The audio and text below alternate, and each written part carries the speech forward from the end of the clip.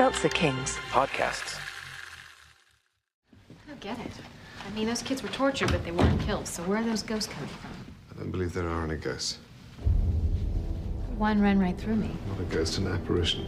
I believe we're dealing with a kind of poltergeist, a whole cluster of them, in fact, born out of intense adolescent emotion and sexual energy.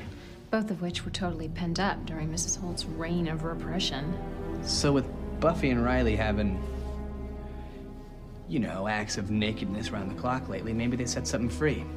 Like a big burst in poltergasm. Yes. And now the poltergeists are drawing more and more energy out of them. They're feeding on them, in fact. Buffy and Riley are powering this whole thing. Okay, they're the battery in the boot factory. So what happens when the battery's drained? They die.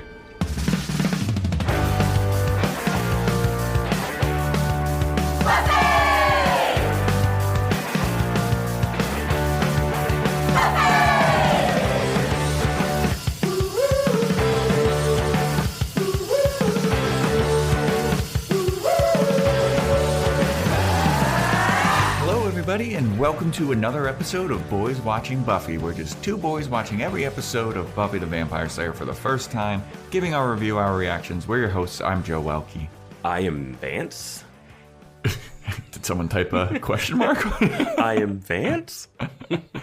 And today we're talking about Season 4, Episode 18, Where the Wild Things Are, directed by David Solomon, written by Tracy Forbes, original air date April 25th, 2000, to an audience of 3.85 million people. And that's a big drop off. We're in the 3 millions now. Yeah. This is bad news. The show's below 4. That's not good at the time. Maybe this is the catalyst for them moving to UPN. Because I know at a certain point they moved to UPN from WB. Were they the same? They were two different stations? Yeah, apparently. And also, I think it was like Angel was still on WB while Buffy was on UPN. But I gotta say this off the bat. Not a fan of this episode. Yeah, I thought this episode was kind of lame. And I didn't like... I don't know what the message was. And it didn't tie into the larger plot as a whole, it felt like. Like, Adam is nowhere to be found in this one. My thing with this episode is I do not understand the initiative. Yeah. I don't believe any of this stuff would happen in the house, especially... All I'll say is this proves my point that Force was not getting laid in that house. I brought that up before. None of the frat guys are getting laid. That's why they always talking about girls and stuff. Yeah. Because this would have happened. They've had parties there before. Yeah, like raucous parties. It's a frat house. Yeah. Yeah, I don't know, man. Right. I just, not a fan of this one. It'll be fun to talk about because there's some stuff. Yeah. But before we get into the episode, got to give a freaking shout out to our boy, Holy Fat Fish, Discord user Holy Fat Fish.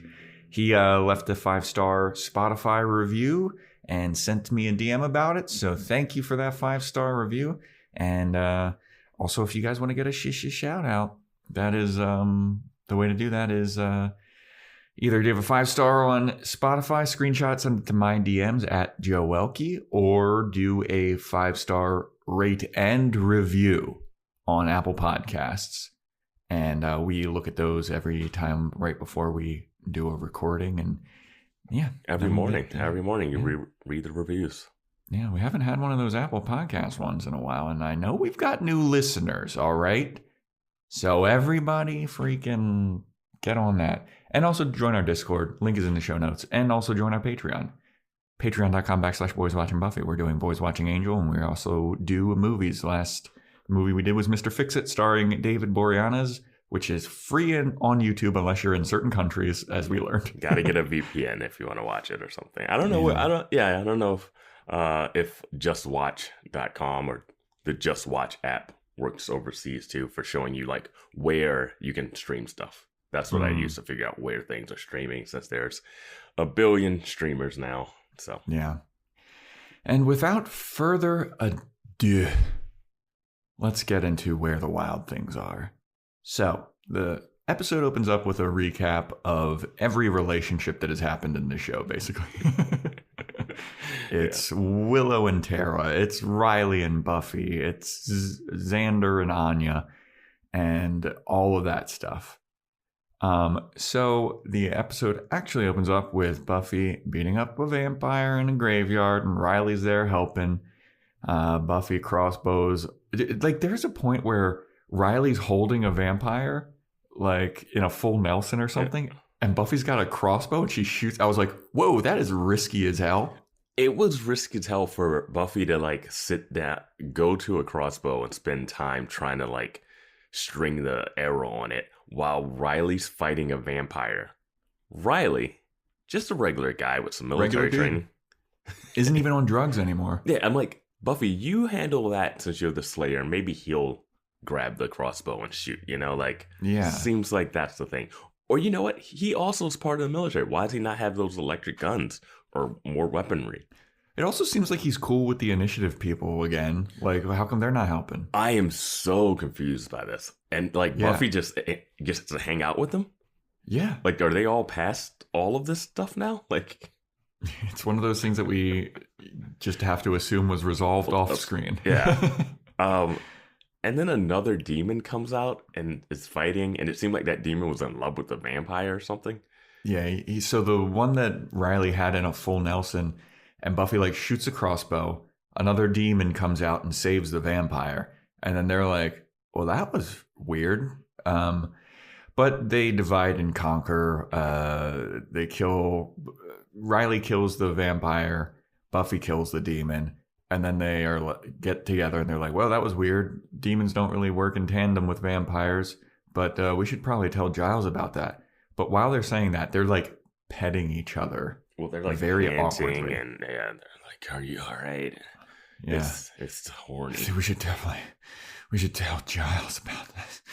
Yeah, we'll tell Giles. Yeah, it's really weird. Are you okay? Yeah, I'm doing great. Are you? Oh my God, I'm doing great. And then they get all horny, and then they just go back to Riley's place to bang. So I wanted to go back to the Vamps hate demons line here. Yeah. I think that's been kind of a thing throughout the story, but it's weird because Spike got kicked out of the demon bar by demons who were mad that he had turned on demons. Yeah. But Vamps and demons don't really like each other anyway.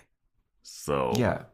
Like Spike, when he discovered that he could hurt demons. Yeah, he was all excited. He was fighting a demon. Yeah, he was like, he was about to beat up Giles when he was a demon. He's like, I don't give a fuck. That guy's big. He's a demon. I'm gonna fight him. So demons and vampires don't like each other. The bar hassle just seems like a scene for us, and that hasn't even played a part that much. I don't feel like he's like, oh man, I can't go anywhere.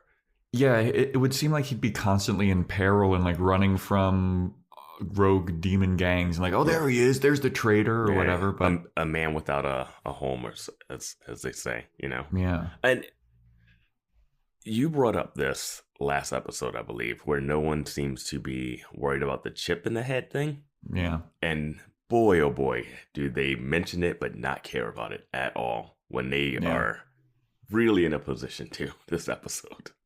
Yeah, I mean, what are they doing? What are they doing? Yeah. I don't know what. That chip is world-changing technology, and it's just like swept under the rug. I don't even care about that. I care more about if you're Spike, you want the chip out of your head. Yeah. Why are you not doing anything to like try to work towards that goal?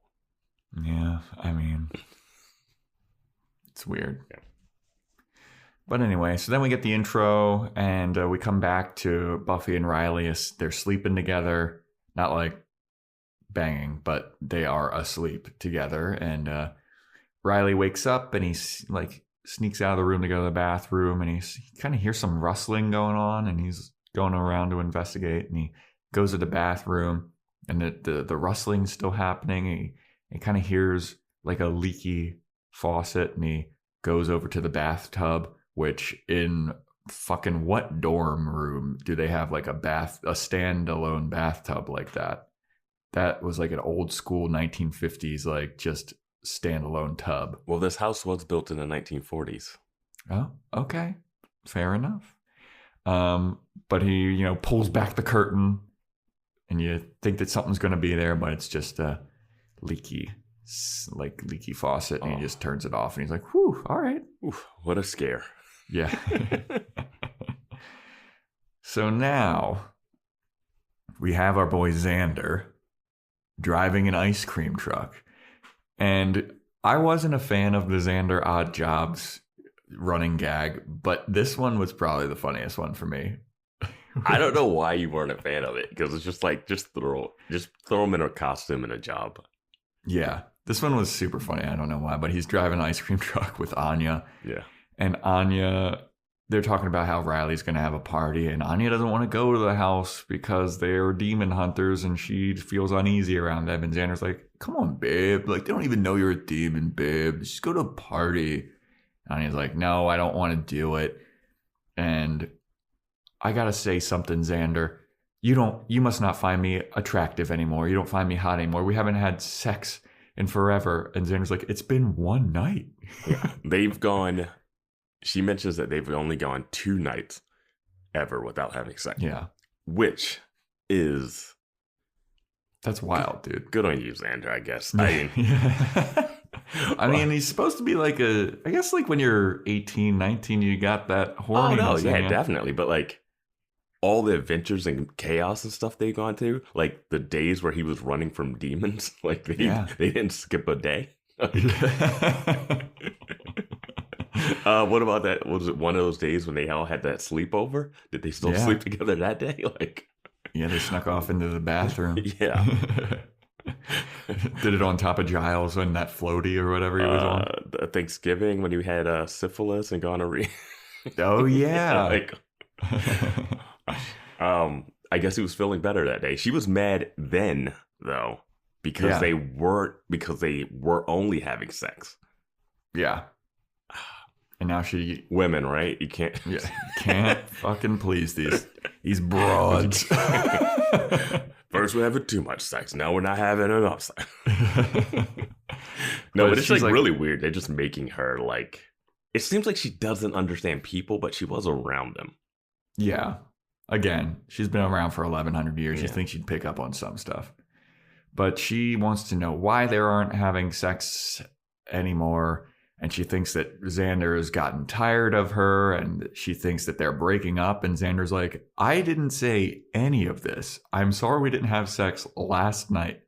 But, relationships are more than just about having sex. You know that, right? Like, we don't have to have sex all the time. And Anya's like, but I wanna. And if you don't want to have sex with me, that means that we're breaking up. And that means that you don't like me anymore. And then comes the vengeance. I've seen this 1,000,000 times through my 1,100 years of living. And now you're going to dump me because you don't find me attractive anymore. And then Xander's like, and then she also was like, is there something wrong with your body? Gives him an erectile dysfunction thing. And he's like, no, trust me, there's nothing wrong with my boners, okay? That's all good. Her thing about the vengeance, she did vengeance on him when he was cheating on Cordelia, but he wasn't sleeping with Willow. And I don't know if he was sleeping with Cordelia yet at that point either. I don't think that he was, because remember he lost his virginity to Faith, right? Yeah. So, I don't know. But then Xander is like, all right, you know what? Fine. You want to fuck? Let's do it. Let's bang right now. He starts unbuttoning his little weird ice cream truck thing. And they're like yelling about like, let's have sex. No, let's do it. Let's have sex right now. And then they turn and there is an audience of children and parents. There's a kid in a wheelchair just staring at them outside the ice cream truck with their money ready to get ice cream, paying witness to this entire fight. Mm-hmm. And then they're all like, oh, shit. We shouldn't have been having this fight in an ice cream truck right now. Is it different in California? Does the ice cream truck not have that ice cream truck song that the East Coast has? Because it's not playing at all. I don't know why all these people gathered. Yeah, I thought that it was like if the song is playing, it's open for business. Yeah. But if it's not playing... I know they didn't want it playing because like they're having a dialogue scene, but they didn't even like tease any in the background. I don't know. Maybe that's the East Coast ice cream truck sound. Dude, there was a fucking ice cream truck that would be outside of my house in Baltimore, and it would park right outside of our house, and it would stay there for like an hour. We just had that goddamn song playing. It was so fucking annoying. When you're past kid age, that is no longer fun. Yeah. It's such a nuisance. When getting ice cream isn't the highest thing on your list of to-dos. So next scene is Giles trying to figure out, Buffy and Riley tell Giles about the vampire and demon working together, and Giles like, that's quite peculiar because they don't seem quite fond of each other usually. I don't know why they're working together. I wish we would have followed up on that because this thread doesn't go anywhere, right? Well, they determined that they think that Adam brought them together. Oh, that's what they think. Yeah. Okay. Well, it's Buffy, Riley, Willow, and Tara. Yeah. All in that like college, quad place. I'll be honest. I was drifting in and out during this scene. Yeah. Yeah. So Giles posits that Adam is the person that brought them together, and then Willow kind of likens Adam to Martin Luther King. Yes. And then they just hold on her face as she like comes to grips with what she just said. Yeah. So then Giles is basically like, you guys should patrol more and investigate this situation. And Riley's like, oh, I can't patrol tonight. I'm having a fucking party. And Giles is like, I'm sorry, what? And Riley's like, yeah, everybody's fucking, stressed out about this whole Adam situation. I think it's time we let loose, have a little party, give it a little morale booster. Like the military always does. Yeah. those Middle East keggers. Yeah. And then they do USO shows, I guess. Yeah, that's true. Yeah. They so then they were like, well, Giles, if you want to come to the party, you're more than welcome to. And then Giles is like, as much as I'd like to come to the party, I have to go to the Espresso Pump for some a grown-up thing. I'm having a meeting of grown-ups, and everyone's like, say no more, we won't fucking bother you, dude. We remember last time what happened when you were doing shit on private. You were banging Olivia. I love that he's going to a place that they just happen to go to. Yeah. That's like if you were like, oh, I got something to do with the Bronze. It's like, well, you're going to run into somebody. Yeah, exactly. Yeah. Like the Espresso Pump is the one Starbucks in this one Starbucks town. Yep. So then they're like, all right, everybody, that's a good plan. We've got a good plan. We're going to party tonight. Giles is going to do his grown-up thing. And then Buffy's like, yeah. All right. And then Riley's like, hey, Buffy, don't you have class in like 20 minutes? And Buffy's like, yeah, I do have class in 20 minutes. And Riley's like, you want me to, walk you to that class? I got enough time to do something before that class, right? And Buffy's like, yeah, we do. We got to go to class. See you guys. And so they scurry off to go. Bang. And Willow and Tara are like, isn't that cool? And Giles like rolls his eyes. Yeah, he knows what they're doing. They try to explain it. He's like, yeah, I know. Are you serious? I fucked Buffy's mom. Yeah. But later when Xander mentions it, I'm gonna be confused as hell. Yeah. I'm the Ripper. Yeah. I fly in chicks from England to bang. You think I don't know what's going on here? He's like, I could have any one of you kids too if I wanted. And that's not even that far-fetched from where this episode goes. No, it's not. And I remember in Discord me saying some shit and people being like, ew, no, never mention Giles and any of the kids. And then fucking guess what happens in this episode? And I'm going to say, I don't think the bad guys in this episode should be kids. Also. It's fucking weird, man. This is a weird episode. Yeah, that's why I don't like it. I don't like this one. It's just weird. It's yeah. So, yeah, they go off to bang. And now we have Graham and Forrest walking around the frat house, and they stop to listen in on Buffy and Riley banging at their door, and they're like, these kids, they just will not stop banging, huh? And it's like gross moaning sounds that we've never heard from them. Yeah, and like they're like, well, at least they're keeping warm because they're really cold. Like the power must have went out or something. And we also cut into where Riley and Buffy are banging, and Riley grabs a condom. Dorex must have won the bidding war against Trojan. Yeah. They had to show safe sex, you know. I was about to say, very responsible. Kudos to you, Riley. And so Graham and Forrest go downstairs, and they're like, man, those two, they're fucking like rabbits, aren't they? Oh, that's crazy. And then we see a guy that we've never seen before, dude named Mason. And they start talking to him about like, yeah, fucking Riley and Buffy, they're banging really hard up there. And Mason's like, ha ha ha, those kids. I'm just trying to stoke a fire in a fireplace like a normal military kid. Like, what is this, man?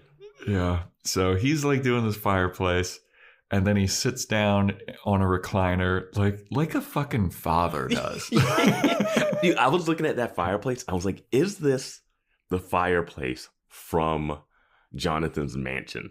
Like the set, like the set sheep looks the same until they cut wide and you see like the other side. But I'm like, this looks eerily like they dressed up the same fireplace for that. It could be. Yeah. It could be. But yeah, so Mason sits down at this, right in front of this fireplace, kicks his feet up. And then the fire just out of nowhere as Riley or Buffy climax.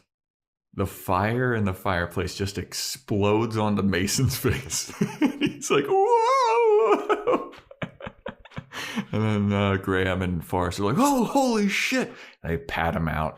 Graham did a great job getting that little blanket, that little banner, and trying to smother the fire. Yeah, man.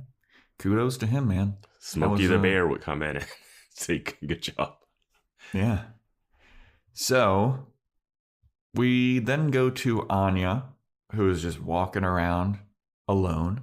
She's going to the Bronze. And Spike jumps out in vampire face and scares her.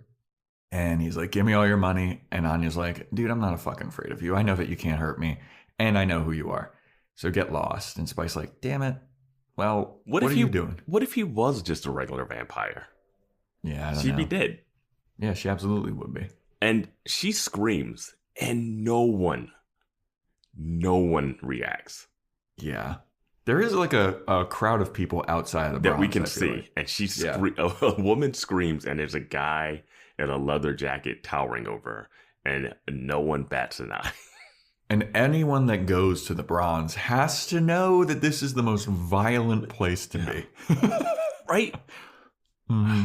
But then Spike is like, oh, you're here alone. Where's frickin' boy toy Xander? And she's like, ugh, he's at a party. And I was invited, but I'm not going because it's with people that I don't like. And Spike is like, well, you don't have any friends. You're here alone. You're a loser. And she's like, you're here alone scaring people to rob them. Like, you're a loser. And he's like, all right, fair point. I love that he's robbing people for blood and beer money. Yeah. It's pretty funny. Why is he not leaving town? If you're not going to work with the Scoobies, and if you're not going to track down the initiative for like a cure for your chip, then what are you doing, man? Yeah, I don't know. Like, and he's like public enemy number one there. Like, vampire hunters don't like him. Demons. Well, I just don't get why they didn't kill him. Yeah, he doesn't have any use for them anymore. They really was setting it up like he was going to be part of their team. He could fight demons. He's going to join in, and he's going to be like, fuck it. I don't like working with you guys, but I'll do it because you guys know where the action is or something. Yeah, like he just likes being violent. Yeah. Like that's what I thought it was going to be. But now he like refuses to help anytime. He doesn't want to be around them. He's not like tracking down Riley and being like, what the fuck did you do to me, dude? Yeah. And he's just a vagrant. Yeah, and now demons in the town don't like him either. So, bounce, man. And you're not from Sunnydale. Yeah. Just go anywhere. Yeah. Maybe just because he's got that good, like, butcher blood hookup in Sunnydale or something. Like, but it doesn't seem that way. It's not even a Hellmouth in Sunnydale anymore. I mean, the Hellmouth's there, but it's not active. Yeah. I don't know. I don't know. So yeah, they go into the bronze together to kind of commiserate. So then we go to Riley's party, and the gang is all there, and Xander's talking to everybody about the ice cream truck situation, and Anya's not coming because she doesn't trust the initiative, and everybody is like noticing that Buffy and Riley are just gawking at each other from across the room. Like Buffy's not paying attention to anything that anybody's saying. She does the whole thing where it's like, Willow does this thing like, hey, I borrowed your top and I spilled shit all over it. And Buffy's like, yeah, that's fine. That's okay. And Forrest and Graham are over there with Riley, and they're noticing that Riley's just staring at Buffy. And then they're like, everybody, I feel like, in this situation is like, will you two just go fuck already? Like, you're not paying attention. This isn't fun. Just go away. I gotta say, I gotta have to do a little Vance's fashion corner. Ooh, Vance fashion corner. All right, I'm excited. Forrest in the salmon turtleneck. Dude, knit turtleneck. Yeah. For a party?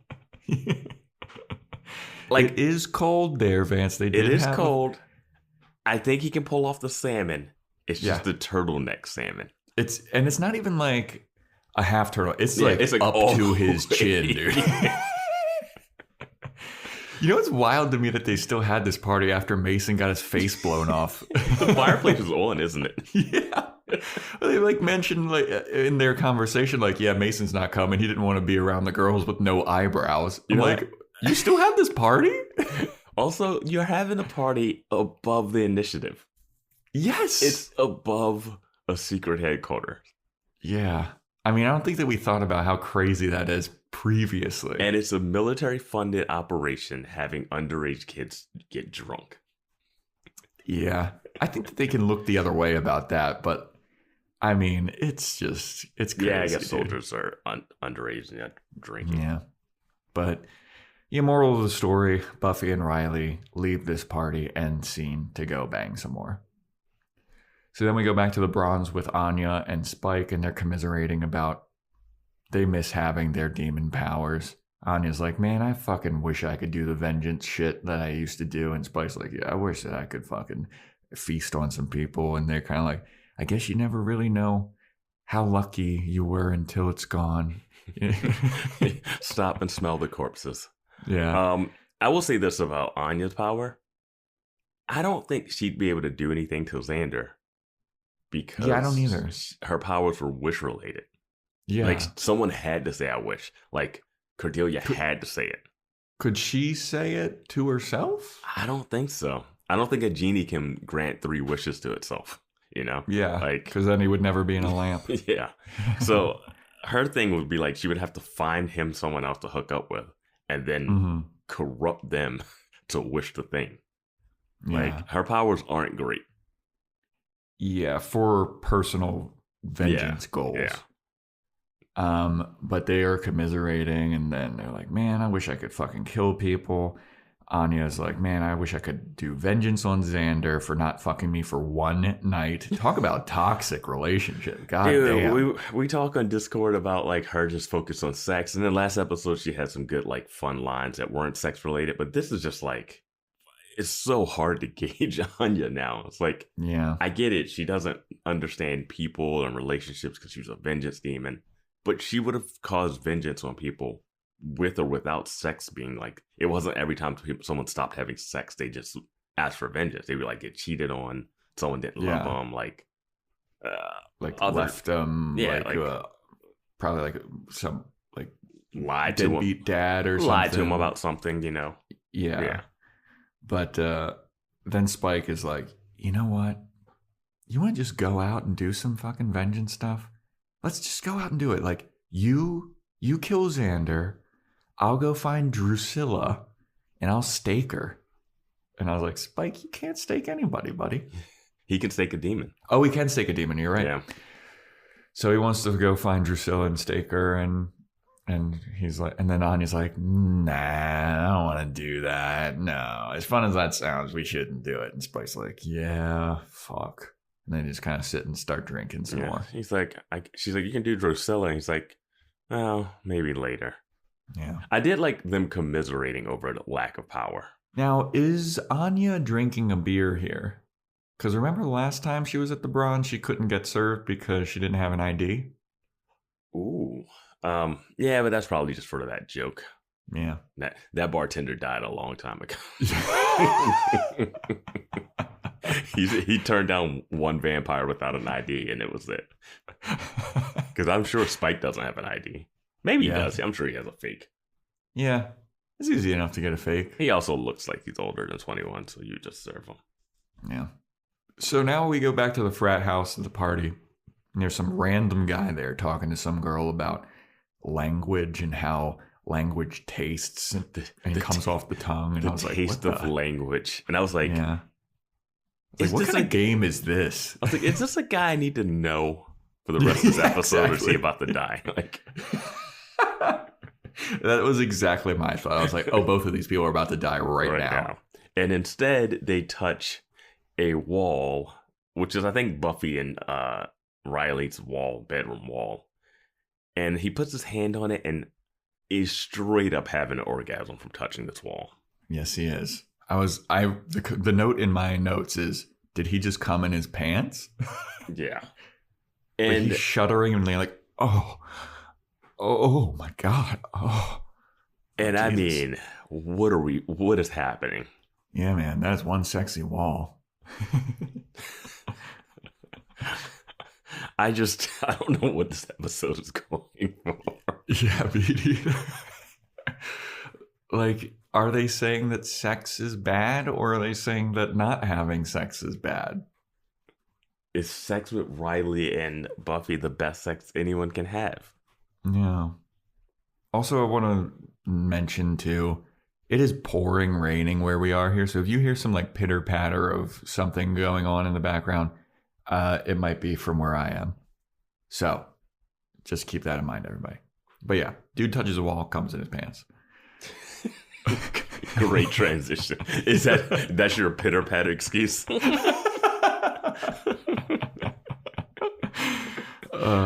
And then we have what is the most unfortunate scene for a Xander defender like me. I think it goes back and forth. Yeah. So Xander walks up to some like where the drinks are being served, I guess, or where they're making drinks, and he sees this lady. This lady's name is Julie, and he's like making eyes at her, and then they kind of start flirting with each other because she's like, "Hey, are you here with anybody?" And Xander's like, "Does it look like I'm here?" Well, I think it starts when she says something, and he makes one of his dumb jokes, and she finds it funny, and he's like, "Oh wait, what? Is that good, bad? Like I should leave, or good? Like, you know, like it's like uncomfortable stuff." She's like, a little bit of both, and then she asks if he's here with anybody, and then she starts. Yeah, so he doesn't go over with the intent necessarily to like. I think he's going to get a drink or something. Yeah, it looks like he's going to get a drink, but it does look like he is like kind of making eyes at her. Yeah, you're going to notice a person, but like he says his line, but he doesn't say his line in a way to flirt at the beginning, and then she's like looking at him, and then it's like, "Are you here by yourself?" And he's not a liar. He's not a liar. He does say, "I'm not here. Does it look like I'm here with anybody?" or whatever. One of his slick, he has quote lied unquote before, slick lines. But this one does not a lie. Yeah, he's like, right now, I'm not here with anybody. It looks like I'm here with you. And she's like, oh. And I was like, Xander, don't you fucking do it, dude. Don't you dare. After I've defended you so harshly amongst criticism, don't you go and do that. You're defending him. He already cheated on Cordelia with Willow. Yeah, that's true. What are you talking about? This is like nothing. They were on a break. Point. They were on a break. Yeah, that's some dicey territory too with where he and Anya stand. Yeah. But anyway, so yeah, Xander's kind of got some potential wandering eyes in this scene. And then we go to Buffy going to Riley, and they just banged, and Buffy's like, we're going to bang after this party, and it's going to be dope. Then some random guy from before, the random guy that was touching the wall before, that came in his pants. Another random guy walks by named Evan, I think the girl he was talking to had already touched the wall to herself. Yeah. So like now everybody's like, honestly, this would go crazy around the party.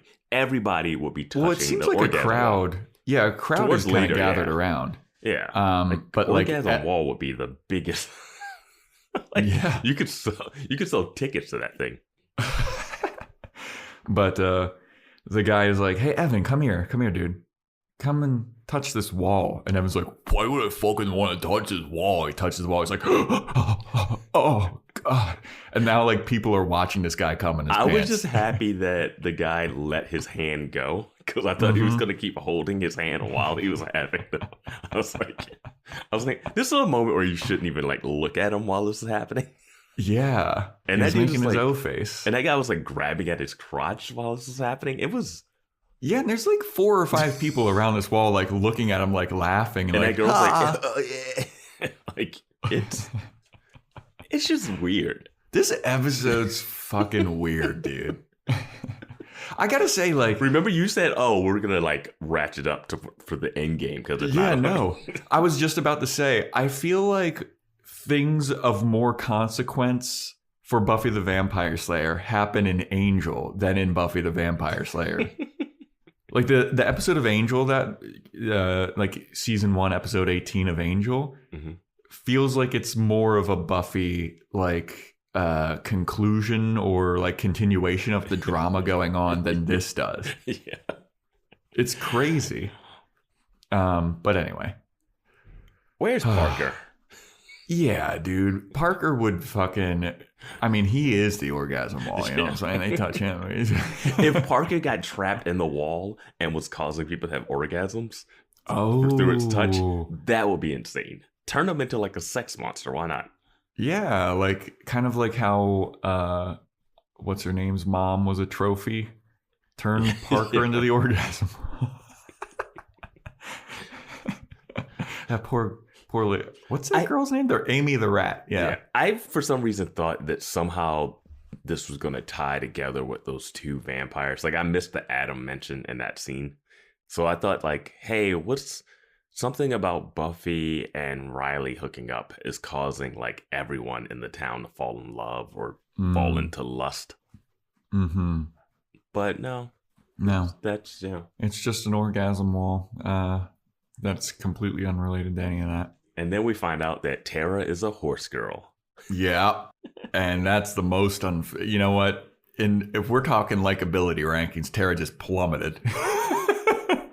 And I'm sorry out there to any horse girl listeners. Yeah, sorry. Joe has a strong stance. I am a little indifferent because I don't interact with too many. I only know one person that rides. No, I know like 2 people that ride, but I don't talk to them. I'm not around them constantly. I've been around quite a few horse girls in my day, and I apologize. Generally, in my personal history, not a fan. I think the 2 horse girls I know have the exact same name. But yeah, Tara and Willow are talking about horses, and Willow's like, I've never ridden a horse before. And Tara's like, you want to ride? I'll take you riding. And Willow's like, yeah, that sounds great. And then Willow puts her hand. Willow says that she was bitten by a pony or something. Oh. So she has issues. Yeah. But like everything's going fine. Everything's honky-dory. And then Willow puts her hand on Tara's knee. And then Tara shrieks back. And she's like, what the fuck are you doing? Don't touch me. That's disgusting. And Willow's like, what? Are you all right? And Tara's like, no, don't touch me. I don't like this. And Willow's like, I mean, we've been doing sexy witchcraft together. Like, you sent me into the orgasm realm. Like, I should test that wall and see if the orgasm wall or the orgasm or the nether realm or whatever. I gotta rate all that. All the Tara, supernatural let's touch orgasms. The orgasm wall together. This is why people aren't leaving Sunnydale. They're just getting random orgasms from ghosts and astral just planes. people going up and touching every wall. Like, is this another one? We got another one. You know what? It just dawned on me that when Willow was sent to like the nether realm or whatever, like the nether regions. Like, that just dawned on me. The nether regions, yeah. They do say regions and not realm, don't they? No, I think they say realm, but then it just clicked in my head that it was like nether. It could be nether regions, and I was like, "Oh my god!" The show, man. Yeah, but Tara is like, "Whoa, dude, don't." No, fucking I think they touch say my nether name." region. I went back on my note. It said nether region. I wrote down nether Really? region. Well, all right. They didn't even try to settle it. Maybe they say realm. I don't know. But anyway, so Tara's like, I'm sorry. I just don't, I got to go to the bathroom. I'm going to the bathroom. So Tara leaves and Willow's all confused. She's like, I thought that we were fucking sexy witches together. I didn't know what was going on. What's happening here? I just put my hand on her knee. Yeah, we were sitting on the staircase, the most high traffic area in the party. Yeah, and they're taking up the whole staircase. They're not at the top, where the landing, where you can hang out. Yeah. But anyway, so now Spike and Anya show up to the party. And this was like after the bronze thing. They're like, you know what? Fuck it. Let's just go to the party. No one's going to stop us from going to the party, and we're going to go and we'll have a good time, and we're going to ruin their good time or whatever. So Spike shows up and he's like, something here seems familiar. Something is happening here. And Anya's like, yeah, dildo, this is fucking where the initiative is. Yeah, and I'm like, how do you not know? What have you been doing? Yeah. So then Xander shows up and is like, what are you guys? Anya, what are you doing here? Anya, why are you with Spike? What's going on here? And then he's like, are you fucking hooking up with Spike now? Like, because we didn't have sex for one night? And Anya's like, no, I did not have sex with Spike. Don't worry about it, Xander. And then this is where I was like, I mean, Xander, a lot of nerve. You were just kind of making eyes with that Julie chick. A lot of fucking nerve, bud. It's a little different to sleep with a vampire. Yeah. An evil vampire. Okay. And he was just making eyes with, I don't know. Yeah. So then Spike starts to kind of like chide Xander, like, oh yeah, maybe if I did have sex with her, I'd fucking put her out of whatever. He's like, you know about it or whatever. He's like, I heard that you can't get it up. I was big waiting boy. to see what random line you were going to put in Spike's mouth. I was like, go for it, Joe.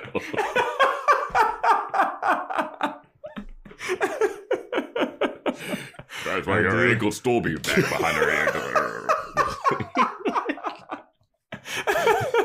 You were teeing up. You were winding up for like a delivery of. I'm paraphrasing. Yeah, I do have a habit of doing that. I was like, what is this going to be? That train went nowhere though. I was ready for it. Yeah. But he's like teasing Xander. And then Xander's like, oh, you're going to fucking tease me in this place? Hey, everybody. This is Hostel 17. Hostel 17 is here. That's him. And then Spike starts freaking out and he's like, he's looking around, but fucking nobody does anything. This killed me. This killed me in the inside so bad. Like, and then he just goes, oh, they're not paying attention. I'm going to go get a beer. How? How is this happening? How is a guy that they've been chasing after allowed to walk into their party? They have nothing.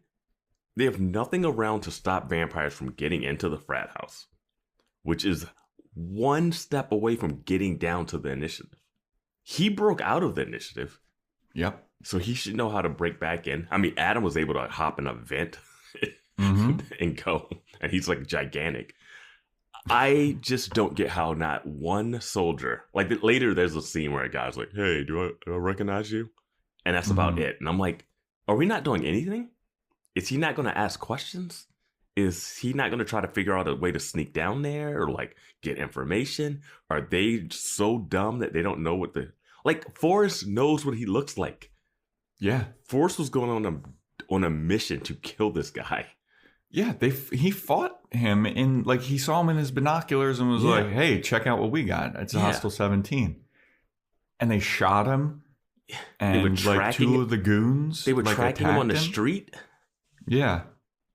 Do they not care anymore, or are they just oblivious? They're not that drunk. I mean, it's one thing for him to walk in and have somebody recognize him, but then there's somebody else screaming, "This is Hostel 17," and no one does anything. Someone is saying military code jargon that only you guys would know. And no one like looks over and like, what are you talking about? Mm-hmm. Like, at least they come over and then like Riley's like, no, you know how you guys are cool with Buffy being a slayer and this thing that you guys don't even know how it actually works? He's cool too.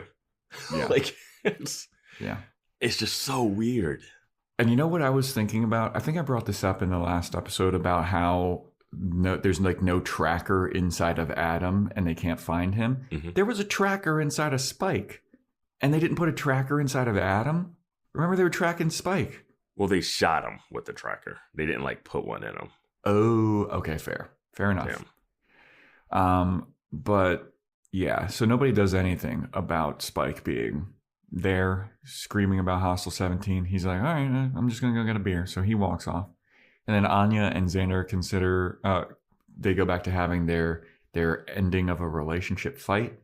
And it seems like Anya may have dumped him at this point, or Xander dumps her. Seems like it's a full breakup at this point. Yeah, because they're like, I'm going to dump you before you dump me. Yeah. Anya says that to Xander, and it's like, you can't dump me. I'm dumping you. The whole, like, you can't fire me, I quit type of thing. And they're screaming at each other from, like, across the party. Mm-hmm. And they're like, well, you know what? It's over. If you're dumping me, I'm dumping you. It's over. And Xander's like, all right, fine. So then he's like, all right, well, this is stuff that happens in a party full of extras that aren't allowed to interact with the lead actors. Because in a real party, you would just be gawking at this. Absolutely. And like for entertainment value, like you wouldn't just be like, oh my God, they're breaking up, I'm concerned. You'd be like, this is wild. Yeah, dude, that's just like hilarious entertainment to be. And then you and your friend will be like, you see what fucking happened? I mean, we'll get to the orgasm wall, but let me tell you about this fight. And then some creeps will be like, hey man, that guy's a real asshole. Can I get you a drink? There'll be a lot of broke up with you from across the party like that. I would never do that. I'm just not gonna call you. You know what? There's this wall upstairs. Let me take you to this wall. You know what you need? That would have been perfect. That would have been perfect. Dude was like, you know what you need, lady? Yeah. This wall. That would have been a money shot. If you just give her a wall orgasm first time you meet her. Yeah. I mean, she's all about sex. Yeah. That's all she cares about. Just take her to the wall. Is the wall orgasm, are they having sexual energy just from Buffy and Riley? Or is it something more? I don't know, man, because they've mentioned that like Buffy and Riley are like the battery that's powering these spirits or some shit later on. Like, which is so gross. Yeah, it's crazy. Oh, man. And they introduced this real late. Yeah. Yeah, like a good 2/3 of the way into the episode, I was like, what the fuck is going on? Because I'm really a big fan of the structure of the Buffy shows where like you get that first act, before that first commercial break, everything's set up and you get this like nice commercial break twist and you're like, all right, this is what the episode's kind of going to be about. And it's like, all right, I'm kind of on board for this. Like, yeah. And then this one, you're just like, oh, there's nothing in the bathtub. Yeah, I feel like this one like, all right, takes a while to get going. Yeah. And it's all over the place. Yeah. This should have just been about Adam making the demons like be friends with other demons and like starting his weird little cult of demon vampires. Like that's, I want to see more of that. Just the Martin Luther King Jr. of the demon world. Yeah, because they consider demons... I had a floppy disk that said that one day. Because they consider demons and vampires races.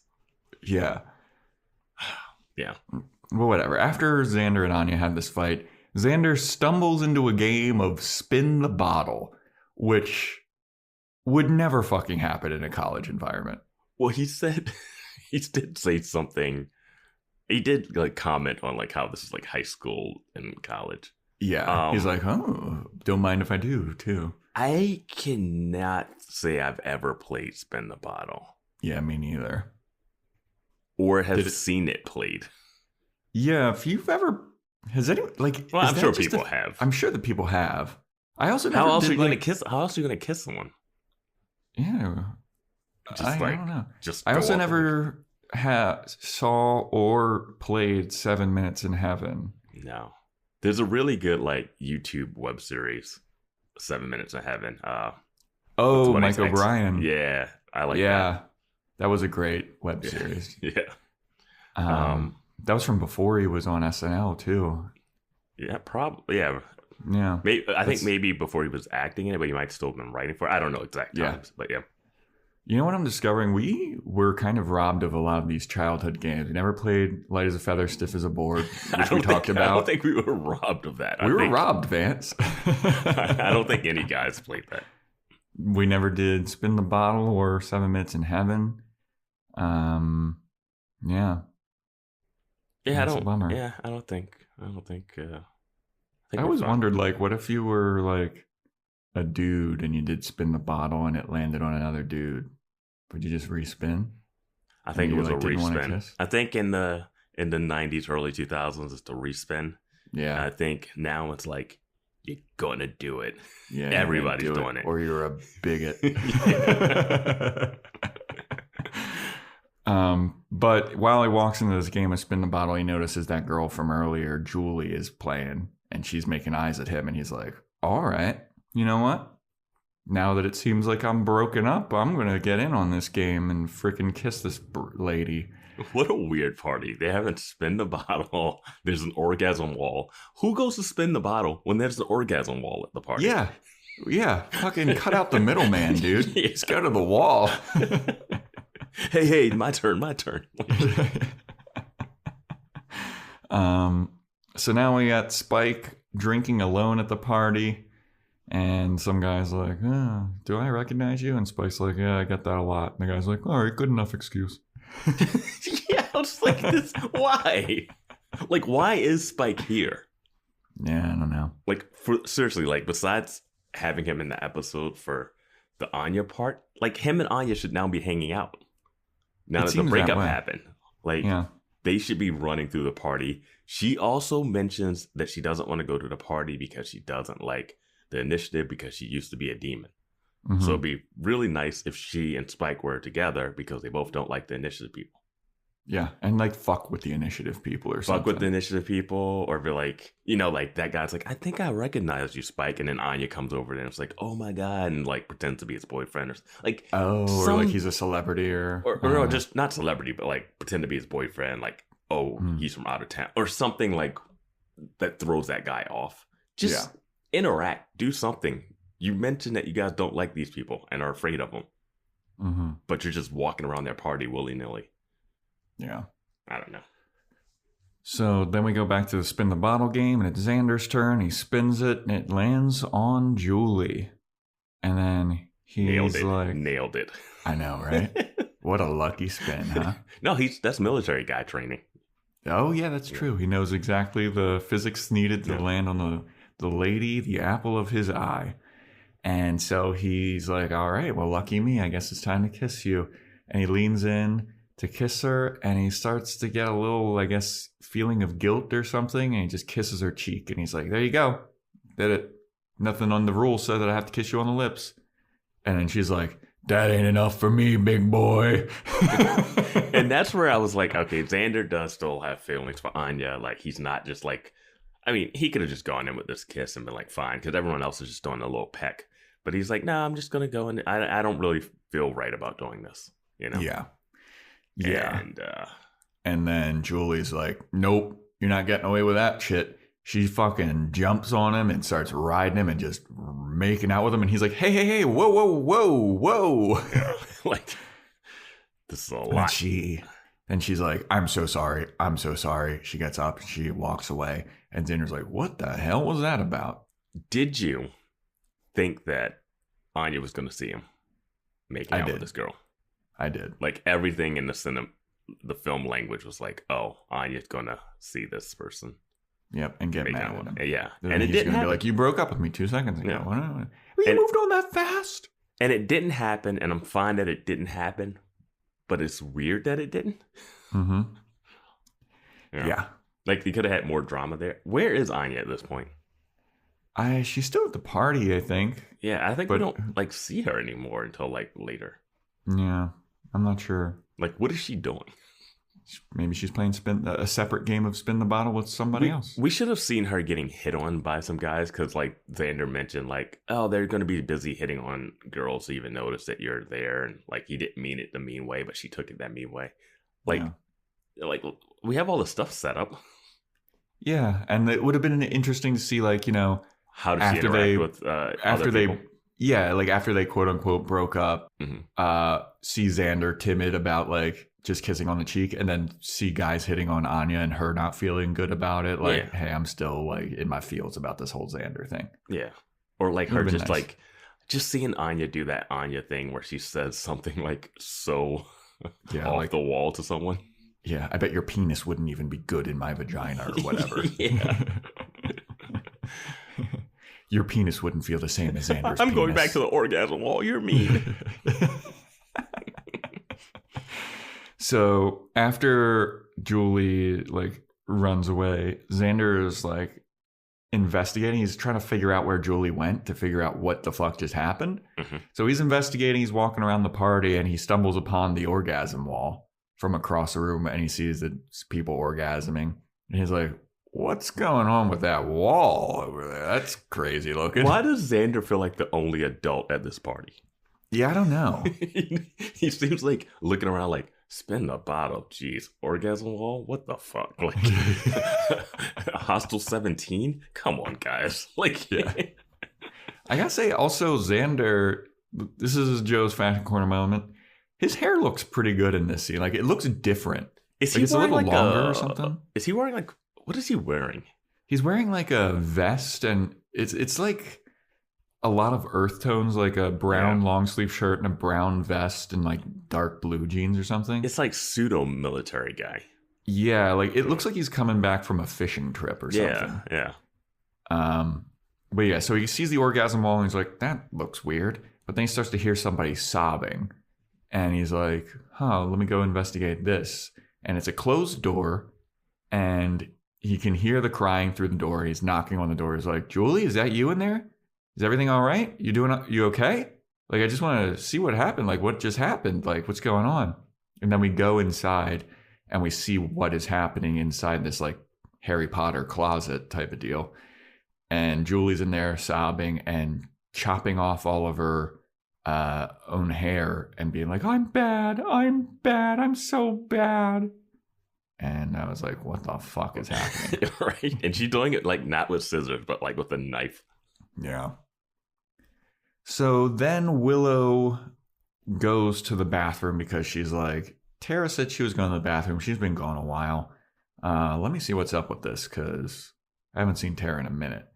So she goes to the bathroom. She's looking around, doesn't see Tara. She drinks some water, looks in the mirror, and when she looked in the mirror, I was like, is something going to be in the mirror? Nothing's in the mirror. Nice fake out, I guess. Yeah.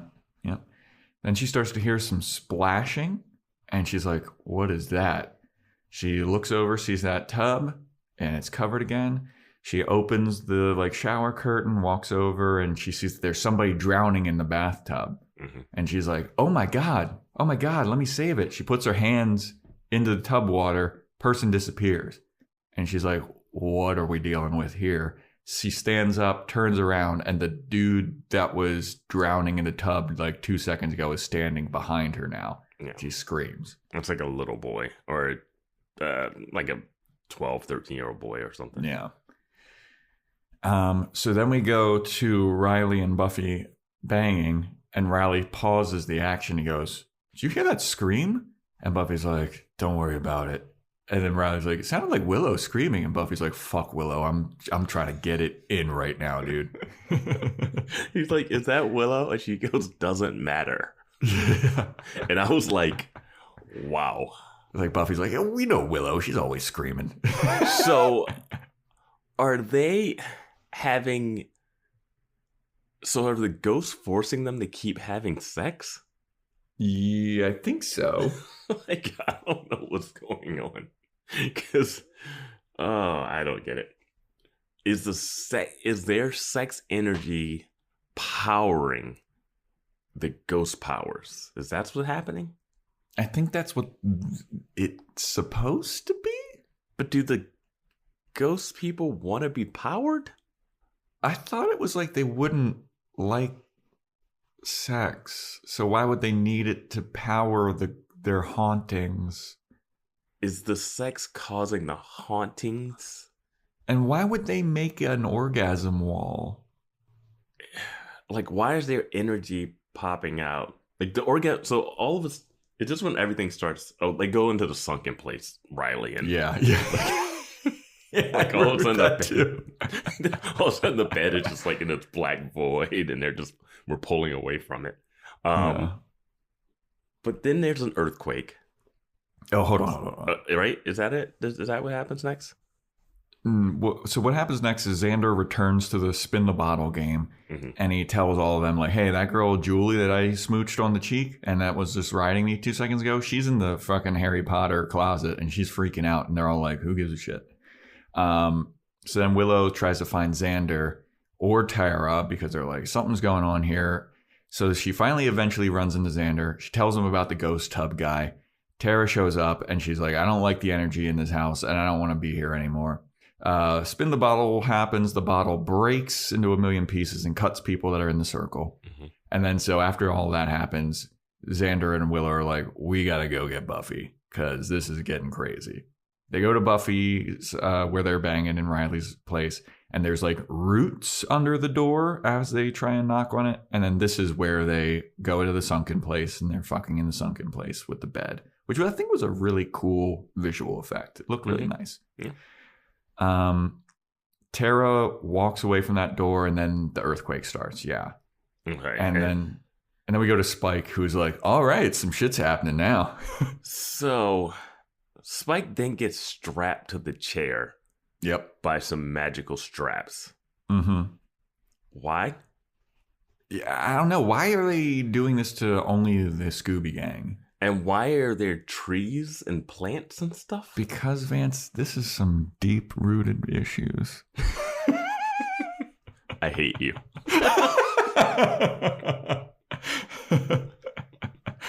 Is that really the thought process you think they went with? Because it makes no sense. Like, I don't know. I saw that and I was like, is that what they're going for? Like, why are they strapping Spike, who has done nothing but just sit in the chair and drink a beer, to the, like, this goes to my issue with ghost stories in general. I don't, like, I'm not against ghost stories. Sometimes they can be done well, but sometimes the ghosts are just playing around when they can just kill people or stop people. Like, you could just lock all the doors. If you can magically make straps come up, right, and lock a dude to a chair, you could have done that to everybody. If you could magically lock the door that they're in with tree branches that come out of everywhere, you could do whatever you want. Yeah. I don't know. So after Spike gets strapped to the chair, Graham and Forrest notice stuff's going on. They're like, we gotta go to the initiative. It's time to go to the base. People are freaking out. They're running out the door. They go up to the mirror in plain sight. Yeah. They get the retinal scan. Wait, and Graham is stuck. I was going to say. Yeah, Graham's like possessed by Bible. something. He's like quoting Bible quotes, verses. Yeah. Yeah. And then Forrest looks at Graham and he's like, what the fuck is up with you, dude? And he just grabs him and throws him into the elevator with him. Yeah, I was like, don't take the elevator with this psycho that might be possessed. That's what I was saying. That's what I was thinking. Like, what are you doing? What are you doing? And I was like, oh, he's going to go down there. He's going to wreak havoc. Like, Graham is going to go wild out when he's in the initiative. He's going to free everybody. And then as everyone's like running out of the party, Anya's like looking for Xander or something. But they do take the initiative. They do take the mirror in front of people. People are still running down that hallway. Yeah. Insane. Yeah, man. Yeah. This initiative secret operation's not so secret. Yeah, I'd be running out like, is there a secret door behind that mirror? Yeah, like oh, what the fuck was that? Yeah. I'm never going back to the Lowell house. Yeah, the Lowell house is wild. They do have that orgasm wall, though. That's the feature of the Lowell house. Dude. So Anya's looking around for people that she knows, and then this girl is running towards Anya, and she just runs right through her like a ghost. Spike just breaks free out of his straps, and then all the gang leaves the house. What is the apparition doing that runs right through Anya besides like giving us plot fuel? Like, why are you running? Yeah, I don't know, man. And I also like, how weak are the straps? Like, how weak is your spell that like Spike could just like lift his arm and be like, I'm out? Well, that's what I don't get. Like, that's my issue with Ghost. Like, it's whatever we want, and then it ends whenever we want it to end. Because the ending of this is just abrupt. Yes. Yeah. So the gang all leaves the house, and then Julie, the girl that Xander kissed, she leaves the house, and she's got a fucking straight up like bald head and like a little bit of patches. I was like, damn, she'd put in work on it. Yeah, it's like, oh my God. And Xander's like, I dodged a bullet. He's like, I'm going back to Anya. Let's never break up again. The end of this episode tries to make it like an Anya Xander redemption story, which it does not follow the arc for that at all. Yeah. So Forrest and Graham are at the initiative, and Forrest looks at Graham. He's like, yo, you good? And then Graham's like, yeah, sorry, I was freaking out for half a second. And I was like, wait, that's it? Yeah, that's what I was. I was like, wait a minute. Like, what? Man, that was crazy. That was a crazy 15 seconds, wasn't it? I'm happy this ghost stuff doesn't transport to below the building where we're going on. Unbelievable. Like, what? And then one of the guys comes like, oh, thanks, we're trying to send a message to you. Some of communication's been scrambled. Yeah, some of the cells are open, so we need you guys to do what you do best or whatever. Yeah. And I'm like, hey, one of the people you were looking for was at your party. Yeah. Fucking idiots. And also, like, so it looks like they got a new fucking head stooge down at the initiative, too. This is a character actor I've seen in a bunch of stuff before, too. I don't know his name, but yeah. So now the gang is outside of the house, and they're trying to figure out what to do. And Xander is there being like, we need to go back in because Buffy's still in there. She's in there with Riley. And Anya's like, fuck that. I'm not going back in there. Number one, it's initiative, dudes. Number two, it's haunted. And Spike's like, you know what? I do think that we should go back in. I'm with Xander. I know that we've been all at odds and we've had our history, and, I've tried to kill Buffy a lot of times. And you know what? Now that I actually am thinking about it, I'm out. See you guys. He just like walks away. Yeah, this would be cool if it wasn't the second time in this show that he's done it. Yes. Yes. Like, he did it when they tried to get him to help Faith. He did it, I think, another time. I'm like, yeah, now I don't know why you're around. Yeah. Like, I was expecting, Spike and Xander are going to go in here and just, like, try to save him or something. I don't know why, but now that Spike is like, I'm just leaving, I'm like, well, you guys stabbed this dude already? Yeah, he's not helpful at all, and he's just like, he's a nuisance. He treats you guys like shit. You guys were never friends. It's not like where you have that friend that annoys you, but you've been friends with them so long that you just keep them around. He's been trying to kill you every time you guys hang out with him. Yeah. Like, Willow, do you really want this guy around? He's kidnapped you twice, threatened you. Yeah. Like, like, and now they just don't give a reason for him to, like, hang around with these people. He keeps saying how much he hates them. Yeah, but he's always around them. Yeah. Like, if anything, it would have been cool if he, like, bonded with Anya and was like, we at least are on the same level of, like, ex-demon type people, Like, something. Like, as soon as he did this, when he was given the speech about, like, you know what, maybe I will go in, I was like, he's not going in. And then he's like, you know what, now that I think about it, I'm not going in. And I was like, yeah, why are we doing this again? He should have left when he told him it was an initiative place. Yeah, he should have never went. Yeah. He should have left when Xander was screaming Hostile 17. I would walk. It's a long walk from the Bronze to this place. And I would like Spike to be with me as a vampire to fight the other vampires that are going to try to eat me on the walk. So that's my thing. So Anya's still, after Spike leaves, Anya's like, no, let's just bail. And Xander's like, you know what? All of you motherfuckers are pussies. I'm going in and I'm going to save Buffy, which is very in line with what Xander does. Like, that's just what the dude does. He's like, I'm going to go save my friend. And I was like, that's good on you, Xander. Like, and Anya's like, fuck him. Yeah. She was annoying when we were watching cartoons. She can die for all I care. And it's not even like a Xander, I love Buffy thing here. It's just like, yeah, she's my friend. I'm going to go save her. Yeah. I mean, it's also weird that Willow doesn't say anything or like go in with him. Like, they're just quiet over there. Her and Tara, like, we're really powerful, but I'm with Anya here. Fuck him. Yeah, you're fucking just a regular dude with no superpowers. And no go weapons. On in, buddy. Yeah. So Xander's like, I'm going in. He goes in, takes like 3 steps into the house. He's like, Buffy, I'm coming to save you. And then he just gets launched out of this house. He just gets shoved so far and so hard out of the house. And then he rolls over, and then everyone's like, yeah, maybe we should go get Giles. This is a Giles thing. Yeah.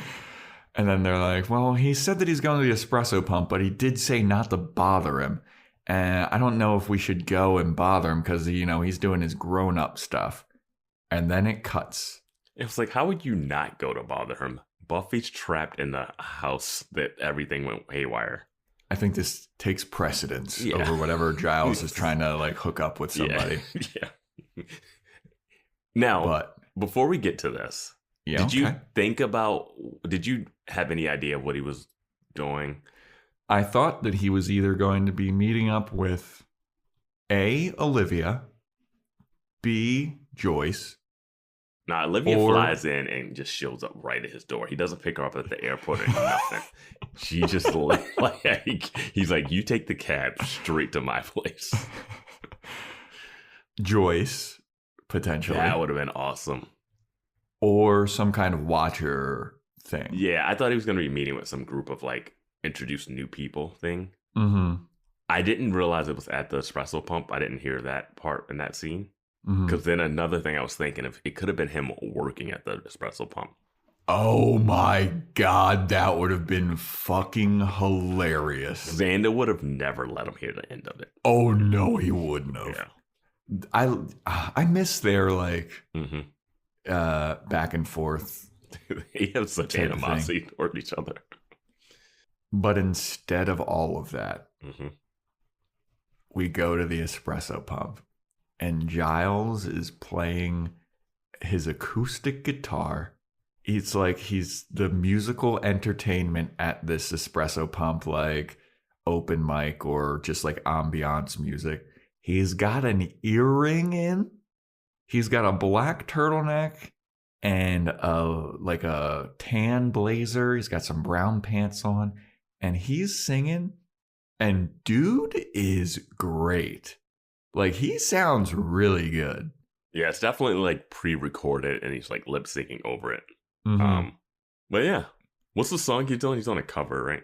I'm not sure what the song is. I forget what it is, but yeah. But he sounds great.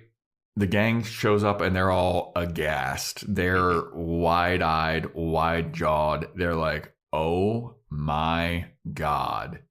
And then Willow's like, I always knew I had a crush on Giles, and this is proof positive that I was right. And my thought was, did she? Yeah, I don't know. I don't remember any scenes where I was like, I just remember her being mad that he had a TV, and she thought, oh, he was just a book reader the whole time. I don't remember a moment where she was like crushing on him.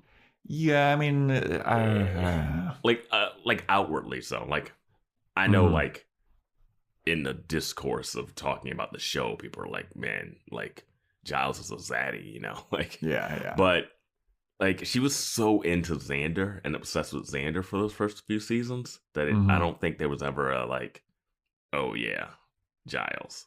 Yeah. So when she says this, and I'm sure in Discord people will bring up from their like 15 rewatches that they're like, oh, this is the moment. Yeah. But Exhibit A, B, C, D, E, F, G. We get all the receipts. Yeah. But yeah, I didn't. When she said it here, I was like, this is shocking to me. Yeah.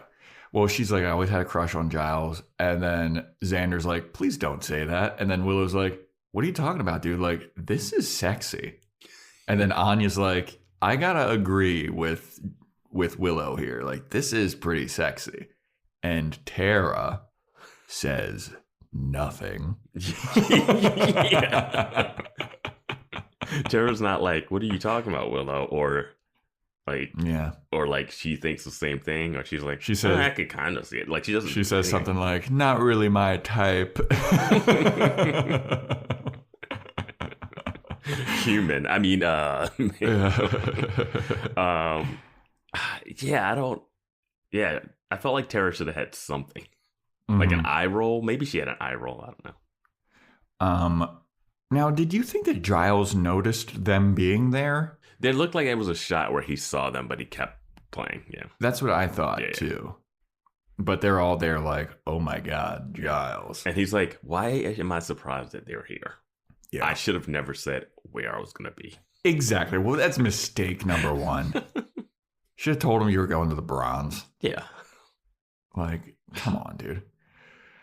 So back at the frat house, the tree roots, branches thing, it's grown all around Riley and Buffy's door. And Riley is like, whew, all right, that was good. And Buffy's like, you're not done yet, buddy. You keep touching me. And Riley's like, I am as close to you as I can possibly be. And Buffy's like, that ain't enough.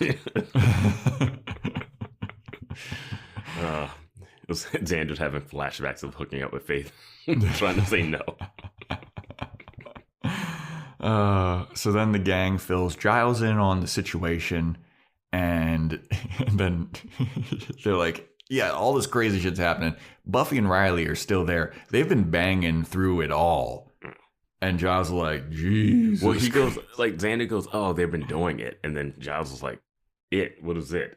Doing what? And he's like, surely not doing all the calamity. And you're like, I'm like, dude, you were hip. You knew it was happening. Maybe it's a British thing. He doesn't know that we use it for doing it. So then they do a little bit of research and they discover that the frat house was built on a former juvenile delinquent house or something. I love the quick research. It looks like she's looking through a photo album. Yeah. I would love for one time them to do research and just what they decide is the problem, just be completely wrong about it. I would love if they just can't find it. Yeah.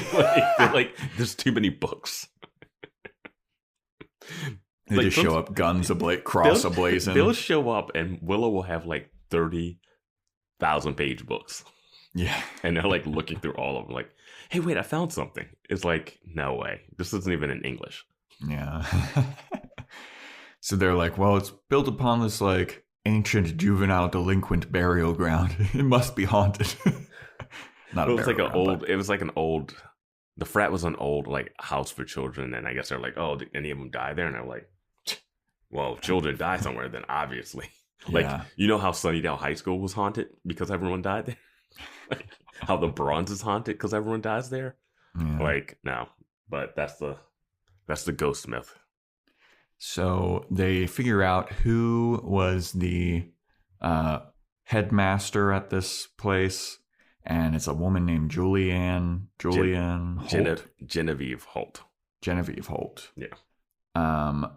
So then they're like, well, she was the head of the place. She's still alive. Let's go over to question her about what were the goings on there.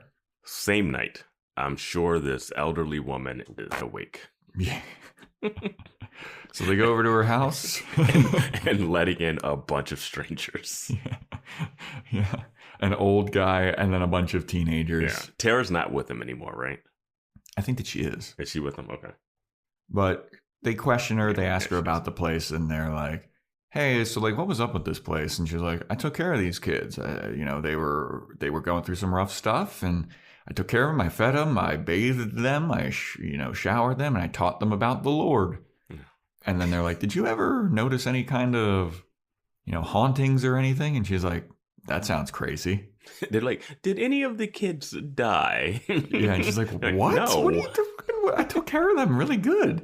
I mean, I did punish them if their thoughts were dirty, if they were acting dirty." And they're like, "Wait, what?" She's like, "Yeah, they thought that I didn't know about all their frickin' freakiness and their sexual natures and them being dirty little kids. So if they kept doing that, I knew that they would never get into the kingdom of heaven. And they would just fall victim to the sin of lust. So, I punished them. A girl that would be too sexy, I'd chop all of her hair off. Kids that were acting unruly, I'd basically drown them and say I was baptizing them. And, you know how it is." Like, she just like an open book. Yeah. Like, she's so proud of this part of her thing. Yeah, she's Not like, "What are you talking about? I got a bunch of awards for being a good lady." Not like, oh, some of them graduated and then went to do this. Like, are all these kids dead? Because, like, do not any of them live in Sunnydale? Well, it's like, did they die because they're ghosts? And how did she outlive all of them? But they were like, they're not ghosts. They're apparitions. They try to... Or they're poltergeists or something? Yeah, and I was just like, what are we doing? Yeah. Just kill the... Like, we Adam dissected a kid. Just say these kids died and, like, let's keep it moving. Like, yeah. But Giles stands up. He's like wagging his finger in her face. And she's like, "You abused all of these children and you made them abused adults." And she was like, the lady is like Miss Holt or whatever. She's like, "You know what? Get out of my house. Get out. You're all impure. I can smell the sin on every one of you." And they leave. And Xander says, "She who smelt it dealt it." Yeah. And I was like, all right, Xander. Yeah, dude. It's a Xander line. It is definitely a line. It definitely is. It absolutely is. I didn't like this part so much because it's like this lady did her damage and then they kind of reprimand her, get like limited answers. Like, this doesn't really answer anything that much. And then this lady just goes on living her life. It's like, all right. So what? Like, "Get out of my house." And you're like, all right. And she got a bunch of crosses up. So, like, she's good. Yeah. Unless she invites a vampire in for coffee. Yeah. Because we know that crosses don't do shit to vampires anymore. Yeah, it's so weird. And it's like, so these kids are, they're powered. So hold on a second. Okay. Yeah. So they leave, and Xander and Anya are with Giles. And this is the theory that Giles comes up with. Okay. Giles is like, "I believe it's a teenager poltergeist born from sexual energy. And the poltergeist is sucking the sexual energy from Buffy and Riley and feeding on them. And if they don't stop having sex, they'll die." Because they're like, it's like they're the battery that's powering all of this sexual ghost activity. And if the battery runs out, they die. And I was like, wait, if the battery runs out, who dies? Buffy and Riley die. If they keep having sex. Yes. And they can't stop having sex. Yeah, because of the ghosts. So the ghost is making them have sex. I think it's like that. Yeah, it's so confusing. And then the ghost is punishing people for having sex.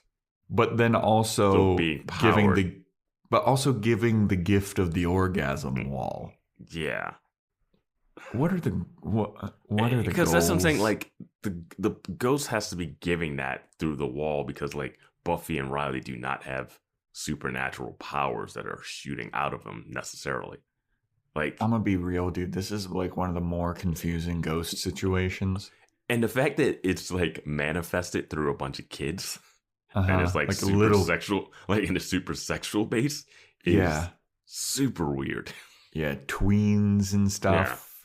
Yeah. And this is a clunky way to be like, hey, chastity only belief like leads people to go like to like rebel further than like you want. Like being like, oh, chastity's the only way. It's like, no, we need to teach safe sex, and like sex is a natural thing, and it's not a sin to have urges because that's just like how people and humans and everything's wired, you know? Yeah. So yeah, don't like punish kids because they have these sexual urges and stuff. So that's like an okay message to have in something. Yeah. The way they're doing it here is like real weird. Well, it is like, I feel like the message of the episode is that, but then also if you have too much sex, it's bad for people. Yeah. And it's like, how, like, can Buffy and Riley have sex again in this place ever? I mean, Buffy and Riley were already having sexual problems due to Riley doing getting basically raped by Faith in Buffy's body. So Buffy and Riley were already having like some intimacy issues. You think that they're going to not have even more intimacy issues after this? Yeah. So every time we have sex, it ends the world basically, or the whole building gets corrupted. Like at the end of this episode, they'd be like, so what is the thing? Like, is it twice a week? Is it like, is it only on like not full moons? Like what do we have to do? Like, yeah, like, are we going to end the world if we bang? Well, that's what just like sucks about, that's why I didn't like this episode so much, because it's like every kind of thing, it's like Buffy can't have fun ever. Yeah. Like she drank beer and then she became a cave woman. Yeah. She has sex with her boyfriend, like, the vampire. And then like vampire, then fucking has sex with a normal guy. She had sex with Parker and it ended bad. She has sex with her boyfriend that she's like loves, and it's like he got like duped into having sex with Faith in her body. And Fritz is like, oh, he's in the initiative, so I can't even have a normal boyfriend. Then they hook up. Then her body gets switched. Faith is in the body. Now they have sex, and it's like, okay, finally, normal college relationship. Having sex above the initiative. My dream scenario down the hall from Forrest and Graham. And now it's like, that leads to everybody in the house getting haunted. Yeah. Like, the I just don't like the poo-pooiness of this episode of like, don't do it too much. But you can totally have it, but not too much. This is why we need Maggie Walsh. Yes. With her camera, who would have been looking in the room, and she would have been like, we have to get up there. We have Unleash to that demon. Unleash that demon. Where's the sex demon? Unleash it. I'm sick of Riley fucking. No, she'd be like, oh no, they're fucking too long. We have to get up there. Someone stop. Code Blue. Riley's room. That would have been the perfect payoff. Is that she's watching this as they go into a sunken place. I mean, but yeah, so then we cut to Riley and Buffy, and they're still banging. They say poltergasm, and it made me think they say poltergasm. I think there's like a Family Guy or American Dad, like I think they've done a couple episodes where like the wife isn't being satisfied, and it's causing like a ghost, like it's the poltergeist, but like with orgasms, like or lack thereof. So that's what I was thinking of when I heard that. But yeah. So now the gang goes back to, I guess, Willow and Tara's dorm, and they start. Where were they casting researching? Spell. Dude, I don't know. It looked like some kind of weird like library, right? Yeah. They go back to Tara's, I guess. I'm not sure exactly where this is. This is definitely their dorm room. It looks like Willow's dorm room. Kind of, I think. I don't know. I'm gonna be honest. I don't quite remember. They had like a poker table. Yeah. And they start casting a spell. Xander and Anya start gathering weapons, and they're like, this is a fucking haunting situation. The weapons aren't going to do anything. And then they're like, we got to try something. And so you just keep getting weapons. He took out a machete. Yeah. So Anya and Xander leave to go wait outside of the haunted house while Tara, Willow, and Giles start the spell. Tara's leading the charge here. She starts to do this spell. She calls upon the spirits of the children of the Lowell house, And it starts working. The children of the Lowell house start appearing before them. And they're like, hey, dude. Those sexy ghost kids. Yeah, those sexy tween kids. Yeah, what is going on in this episode? Yeah. I hated it, dude. I did not like this episode at all. You know what this episode really big issue is? Buffy is not involved. Yeah. Like, for an episode where Buffy's not involved, they don't do enough fun stuff. Like, normally we get like a Xander episode, or like Willow has her like Vamp Willow episode. Like, we're missing one of those, I think, this season, right? Or did we like one of their side story type situations where it's like goofy. I guess fun. we've had Giles turn into a monster. Yeah, we did have a kind of Giles-centric episode. But this one seems like it's just a waste to have Buffy banging Riley the whole episode. Yeah, and it's also like it doesn't further the Adam story at all. I'm okay with one-offs that don't further the story if the one-offs are interesting. Like last episode, we had the Jonathan thing, and I was like, this feels like a detour from all the drama of Adam and Faith and everything. And this one's even more of a detour, I feel like. It's like they just completely forgot about what to do with Adam. And I guess that maybe they mentioned Adam. They teased that one thing that you said. Yeah, but like that's such They're just killing. They're literally killing time for the finale. Yeah, that's really the thing. I guess so, man. But like Adam was supposed to be like the big bad, and he's not getting any shine. You know, I don't know. So the initiative door was supposed to be the big bad. That's what I think the big bad should have. Well, that's what I'm saying. Is I feel not like Adam so much. We need it. The initiative had the now Maggie become Walsh. Weak. The initiative now is so weak. Yes, like they're just letting parties and people are hanging out, and it's like. Before it was like, I'm going to sneak in there and I'm going to save my boyfriend. Why are they not against Buffy? Like, why is Buffy just able to like hang out at their dorm and bang? Yeah, I mean, I think that where it all went off the rails is when Maggie Walsh disappeared. Yeah. I would have loved to have seen what was going to happen if, I think that we got some intel, quote unquote intel, about like she wanted more money because she was supposed to be like a bigger part of the show, and then they were like, oh, we'll just fucking kill you off. Yeah. And then I guess they had to just kind of change up a bunch of stuff to finish the season. Yeah, because I think they had it really going. Like that Maggie Walsh moment was like, oh shit, she tried to kill Buffy. Yeah. And now the whole initiative versus Buffy was going to be real fun. Yeah. And I think they still could have just brought a new dude in and just kept it rolling. Yeah, I mean, but then they kind of like they just dropped that storyline. It's a shame, man. It was kind of like when South Park, during the Trump and Hillary election thing, they were banking on Hillary winning, and then they had to change the rest of the season once Trump won, and it was like a weird, worse version of it. You remember that? Where they made Mr. Garrison Trump, that stuff. Yeah, yeah. I don't think for them they plan too far ahead though. Fair. Because they really just write those episodes like the week of. So I don't think. I mean, they did start. South Park did start doing fuller arcs.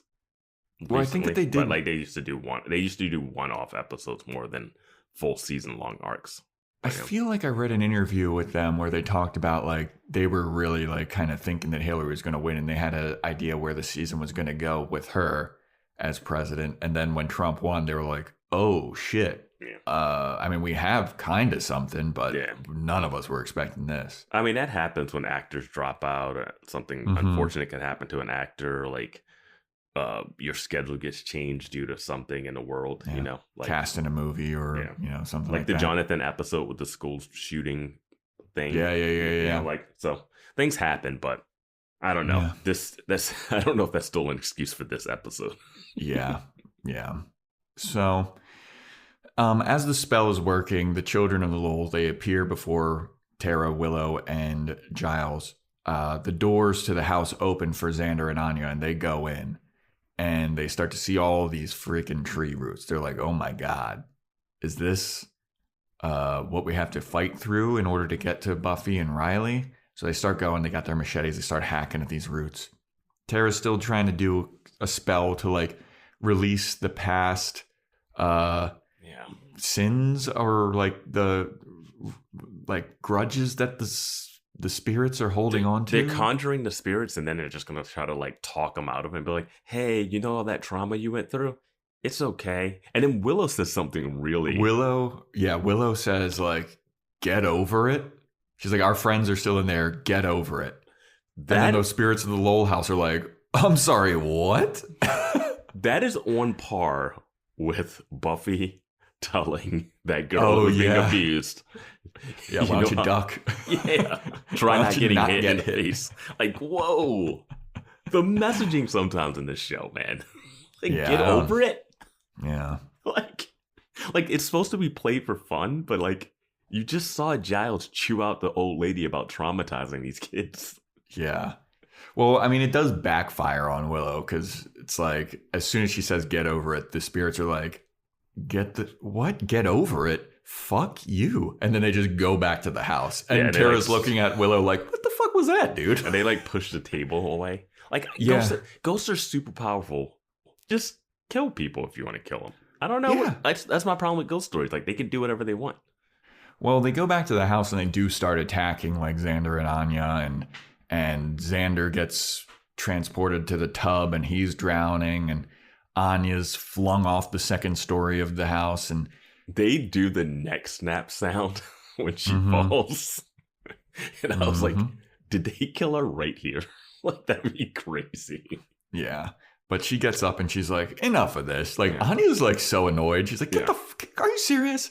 She goes upstairs. She's chopping at the roots. She goes to the tub. She saves Xander from being drowned. Before that, a sharp vine goes straight through her hand. Yeah, that's true. Like, to the point where that hand is no longer functional. Like, it's all bloody. It went straight through. Like, and now she's like, she gets up there. She drags Xander out of the water. Mm-hmm. And they go, they're still like, and it feels like they're hugged together. Like this is like the point of the episodes that they're back together, like a love story. Yeah, I mean, they're walking through what I thought that they had already gotten into Riley's room. No, they tried to open the door, and then that's when the ghost came back and pushed them down the hallway and pushed her off. So now they're walking through the halls, and they're getting attacked by all these roots. And there is a remaster issue. I don't know if you caught this. I didn't. But you can see a person holding the roots on the side and just like yanking them on Anya. Dude, they don't duck. Like Xander gets slashed across the face and like falls, and you're like, oh my god, he loses an eye. Yeah. And then looks like, you know what? Maybe crawl through this. And my thing again, ghost stories. If you can like magically make him go into the bathroom and push people off the balcony, why can't you do it a second time? Yeah. Why can't you strap them down like you did Spike? Don't give up, ghosts. Yeah. But they do, and they, Xander and Anya are slashing their way through the roots because these are some deep-rooted issues, Vance. Maybe the Spike straps were like she used to strap kids to chairs. I guess so, but she doesn't explain that when she's talking about all the evil that she's done. And what did Spike do to deserve that besides being a vampire? No clue, man. But they finally get to Buffy and Riley's room, and they open the door, and Buffy and Riley jerk up, and they look over at the door, and Xander and Anya are there. They're all beaten and bloody. Xander's got a huge scrape across his face. They're both holding machetes. Mm-hmm. And then Buffy goes, Xander, don't you knock? And I was like, all of that for that payoff? All of this peril for Buffy to be like, Xander? Could you have just called their room? I don't. Like, did the door have to be open? Like, what had to happen to stop these two from having sex? I don't know. I mean, earlier when he heard Willow scream, they didn't pay attention to it, so they couldn't do that. I don't think a phone call would have worked. Yeah, I think that you just did have to open the door. But they could still hear stuff that was happening outside of the room. They weren't technically like in, I guess once they went to the sunken place, but I thought when they opened the door, they would have to get in there and then like fight them and then like, like wrestle them back down into the, like, it was just like they were just sitting there. Yeah. And then all the like branches and stuff were gone when they opened the door. Yeah. I don't know. And that's how it was solved. You just had to open the door. Yeah. And Anya and Xander look like you assholes. Yeah. But it's weird that they made it Xander and Anya like it was like them coming together to save a cause when Anya was like, I don't want to do this at all. Well, it was also kind of interesting to have Xander and Anya's issues be we're not having sex enough, and then Buffy and Riley are the ones having all the sex, and it led to all this chaos, and maybe Anya saw the error of her ways of like wanting to have sex all the time. Yeah, Anya and Xander were having more sex than Riley and Buffy, probably. Yeah. I mean, they just weren't having it in that house, but like they would leave every event to go have sex. Yeah. Like, I don't think Xander and Anya stayed anywhere long enough to like make it to the like end even of the party. in the weird Jonah-verse where Jonathan's the cool guy, like they're fucking each other. Yeah. But anyway, so it's the next day now. Buffy and Riley and the gang's all there, and they're all like, man, I can't believe it. I would be traumatized. I'm still traumatized hearing about all the stuff that happened. And they're like, yeah, Giles was playing acoustic guitar at the Espresso Pump. Willow was like, I still think it was pretty sexy. And when she brings up again, I'm like, whoa, what are we doing? You got an elbow in the gut from Tara. Like, what the fuck, dude? Yeah. Like, and Xander's like, please stop. I will pay you to stop talking like this. So then Buffy and Riley are like, yeah, also that whole sex demon thing. Like, sorry about that, guys. You were just like too enthralled with each other. We were blaming ourselves about this whole sex demon thing. And, there was nothing wrong with what they were doing. Yeah. They were like, we just couldn't control ourselves. Like, I couldn't control ourselves. It was like I had no control over everything. And Willow's like, yeah, it must have been horrible. And then Buffy and Riley look at each other like, oh yeah, horrible. Yeah, terrible. Never wish it upon my worst enemies. All the fucking sex that we were having. No. And that's it. Wait, no. So then, this is the thing that got me. Riley goes, glad no one got injured. And I was like, bitch, do you not see Xander and Anya and that girl Julie's head? Yeah. What the fuck are you talking about? No one got injured. Like, I forgot about that like line. He said that line and then it cut and they're like all beaten up and bloodied over there. And I'm like, yo, Anya, if you don't get up and slap Riley in his face right now, I'm glad no one got injured. Poke him in his stomach. Poke him in his little fucking skewered stomach. And we don't get any payoff of like Graham and Forrest, like when they went down to the initiative. Like, Graham was literally catatonic, spitting out Bible verses for like 5 seconds, and he went down. He took an elevator ride, and he was like, "I'm cool." Yeah, I thought everyone was going to get horny. I thought everyone was going to start making out and having sex. I don't know. I don't get like why the one girl Julie became really sex crazed, but the rest of the spin a bottle people didn't. Yeah, you were right. It was like they were only focused on the Scooby Gang. Was it? Yeah, it was like they're only focused on like the Scooby Gang friends, and then Julie. But Julie because she was around. Yeah, I guess Xander. But yeah, said it before. I'll say it one more time. Not a big fan of this one. It was still like decent. Like even like a bad episode of Buffy is still like entertaining enough. Yeah. It's just like sometimes with their messaging, you're just like, this one was confusing, man. Yeah, is Buffy and Riley wrong for having sex? Is Xander and Anya having too much sex? Is too much sex now the problem? But then you have the scene with him chiding the kids for being lustful or her for being mean to the kids, and he's like, "You traumatized them." Like, what is this? Is it safe sex only? Like, I don't know what they're trying to say. Yeah, it could have been a lot more clear. Safe sex in moderation, everyone. And then also not really furthering the Adam story. Yeah, well. I don't care. Which I'm already not that big a fan of Adam, but like then they just abandon it feels like. But next episode, Vance, is titled New Moon Rising. Oh, is Oz coming back? Oz is back. Oz is back. And he's going to see her with Tara and be confused.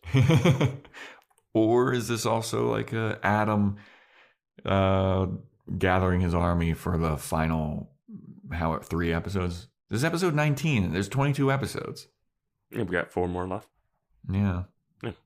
No, yeah. I mean, the Adam storyline is only going to be like an episode or 2. We don't need that much. All right. What are they going to do? They're going to find him. He's going to show Riley a disc. Someone's going to stab someone. Yada, yada. Yeah. I hope that Oz does come back. I miss Oz. Oz is fun. Maybe he's got like a gang of werewolves that are good werewolves or something. We've only seen 2 werewolves, 3 werewolves this whole... No, 2. We've only seen 2. And one has been Oz. Oz, and then... What was the girl's name? Veruca. Wow. I know. I dug that one up quick. Dude.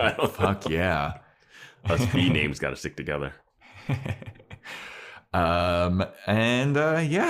So that's a wrap, everybody. Thanks for listening. Follow the Instagram at Boys Watching Buffy. Email boyswatchingbuffy@gmail.com.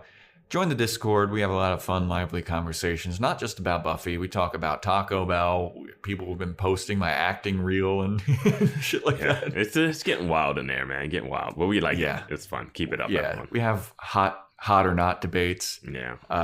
It's good times. And we also talk about, Angel, where we talk about Boys Watching Angel and the Boys Watching Movies stuff. We have channels for those, which it's a lot of fun on the Discord. Join the Patreon, patreon.com/boyswatchingbuffy, where we have Boys Watching Angel and Boys Watching Movies. And if you want to get a freaking shout out, rate and review on Apple Podcasts, or give a 5-star rating on Spotify and screenshot it, DM it to me at Joe Welke. And while you're there, give me a follow. I post a bunch of trapeze and comedy stuff or whatever. Give Vance a follow on Twitter. It's, I don't know it. Is that Vance on Twitter. That Vance. And you can follow me on Instagram too. Links are on the Buffy, Boys Watching Buffy one. You can find us if you want to find us. Yeah. I mean, somebody Googled me and found my acting reel, so there we go. I think that was shout out in Discord. So shout out to you again. Yeah. Got the chops. I've never seen it spelled that way. Yeah, me neither. Yeah. But that is it, everybody. Thanks again for listening, and stay tuned for next time when we talk about New Moon Rising.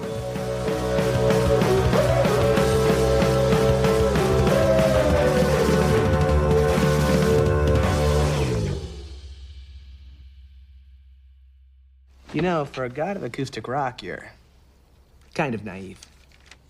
I didn't think you meant... In the midst of all that, do you really think they were keeping it up? Oh, for a different phrasing. Seltzer Kings podcasts.